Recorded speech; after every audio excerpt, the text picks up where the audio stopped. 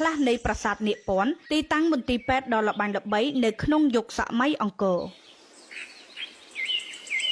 នាគពន្ធជាប្រាសាទតូចមួយដែលមានស្រះ5គឺស្រះតូច4នៅជុំវិញនិងស្រះធំមួយសង់នៅចំកណ្ដាលប្រាសាទនាគពន្ធត្រូវបានសាងសង់ឡើងនៅរជ្ជកាលព្រះបាទជ័យវរ្ម័នទី7ដើម្បីឧទ្ទិសថ្វាយព្រះពុទ្ធសាសនាមហាយានប្រាសាទនេះស្ថិតនៅផ្លូវវងធំនៃតំបន់អង្គរសាងសង់លើទំហំដី350ម៉ែត្រ4ជ្រុងស្មើមានចម្ងាយ18គីឡូម៉ែត្រពីទីរួមខេត្តសៀមរាបតាមសិលាចារឹកនៃប្រាសាទព្រះខ័ននិយាយពីនាគពន្ធថាជាកោះដ៏ឧត្តមដែលមានកោះផ្សេងធ្វើឲ្យលេចចេញសម្រស់ឡើងព្រមទាំងលៀងភក់មន្ទិលទាំងពួងនៃអ្នកមកដល់ទីនោះឲ្យជ្រះស្រឡះស្រះនោះមាន4ហើយសុទ្ធសឹងតែមានក្បាលតបាញ់បញ្ចេញទឹកដែលគេឆ្លាក់ជាក្បាលមនុស្សនិងសត្វផ្សេងដែលទឹកនោះត្រូវបានគេគិតថាមានសារជាតិព្យាបាលជំងឺនេះបានធ្វើឲ្យយើងសង្ស័យថាកោះនាគពន្ធមាននីតិព្យាបាលរោគគា